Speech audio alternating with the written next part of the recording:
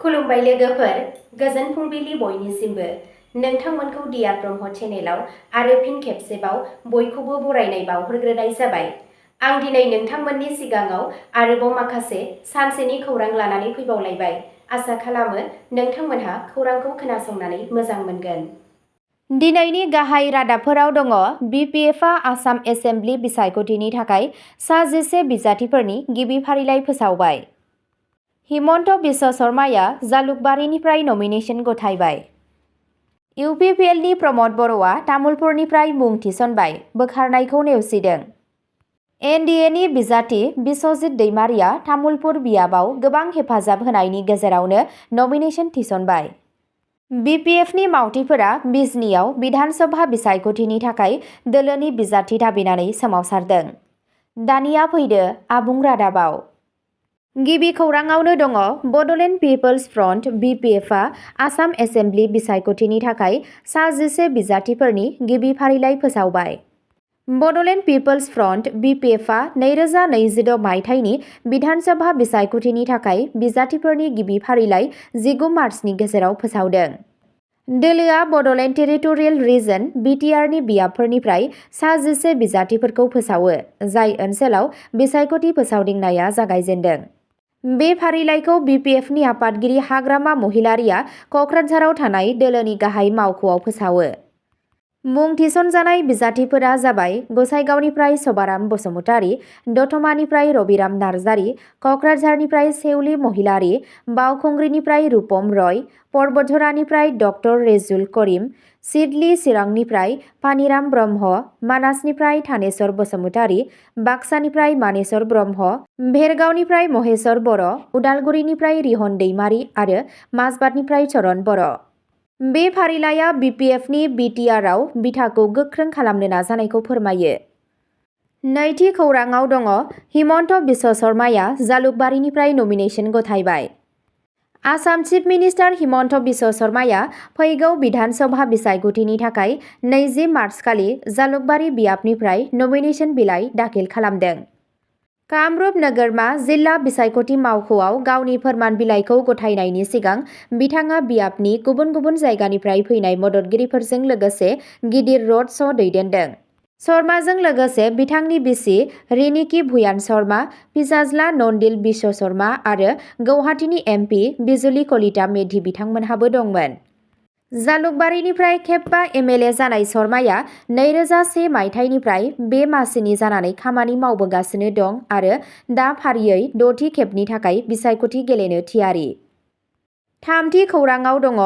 UPPLनि प्रमद बर'आ तामुलपुरनिफ्राय मुं थिसनबाय, बोखारनायखौ नेवसिदों।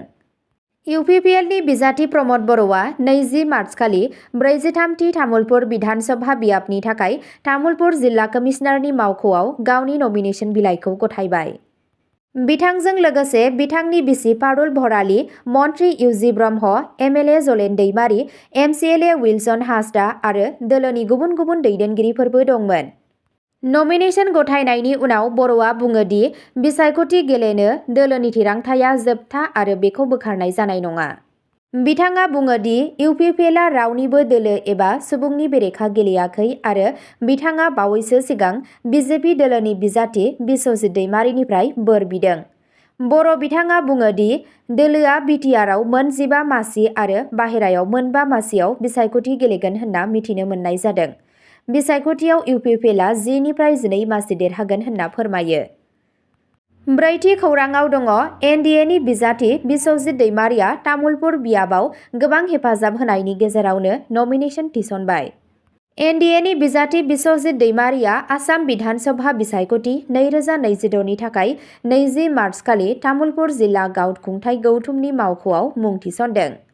बिथांजों लोगोसे रोजा रोजा हेफाजाबगिरिफोर दंमोन, जाय बिथांमोनहा मटांगा सारियालिनिफ्राय काउन्सिलनि मावख'सिम मोनसे गिदिर रड श'आव बाहागो लादों।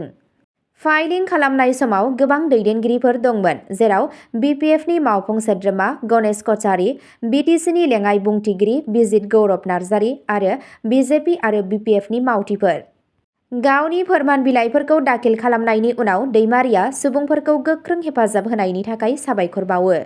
दैमारि बिथाङा बुङो दि बिसायख'थिफोरा सुबुंखान्थिनि मोनसे बाहागो आरो दैदेननाया गोहो, खाबु आरो सुबुंफोरनि फोथायनायनि सायाव सोनारो।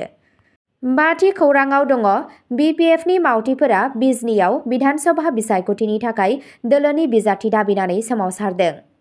रोजा रोजा बड'लेण्ड पिपल्स फ्रन्ट बिपिएफनि मावथिफोरा चिरां जिल्लानि सिङाव थानाय बिजनीआव फैगौ बिधानसभा बिसायख'थिनि थाखाय दोलोआ गावनि बिजाथि गसंनांगौ होनना दाबि खालामनानै धरना होयो।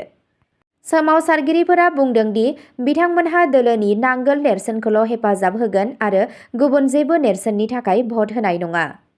बिथांमोनहा हुमखि होयो दि जुदि बिपिएफआ बिजनीआव टिकेट होआब्ला बिथांमोनहा बिसायख'थिखौ नेवसिनो हागौ एबा सासे उदां बिजाथिखौ हेफाजाब होनो हागौ। सोमावसारनायनि समाव हेफाजाब होगिरिफोरा बुङो दि जायगानि बिपिएफनि दैदेनगिरि डिम्बेश्वर बर'आ उदां बिजाथि महरै बिसायख'थि गेलेगोन आरो गोनांथि जायोब्ला 23 मार्चआव मुं थिसनगोन। बिजनी जिल्ला बिपिएफनि आफादगिरि रबिराम खाख्लारि बिथाङा उनाव दोलोनि आफादगिरि हाग्रामा महिलारिखौ बिजनीआव लोगोआरि बादायलायनायनि थाखाय खावलायगोन होनना मावफारियाफोरखौ खोथा होयो। अब्ला दिनैनि खौराङा एसेनोसै। नोंथांमोनहा सानफ्रोमबो फुंबिलि समाव बेबादिनो गोदान गोदान खौरांनि आपडेट मोननो थाखाय चेनेलखौ साबस्क्राइब खालामनानै लादो आरो खौरांखौ खोनासंनानै मोजां मोनोब्ला अन्नानै लाइक, शेयार आरो कमेन्टबो खालामनानै होलांब्लानो जाबाय। गोजोन्थों।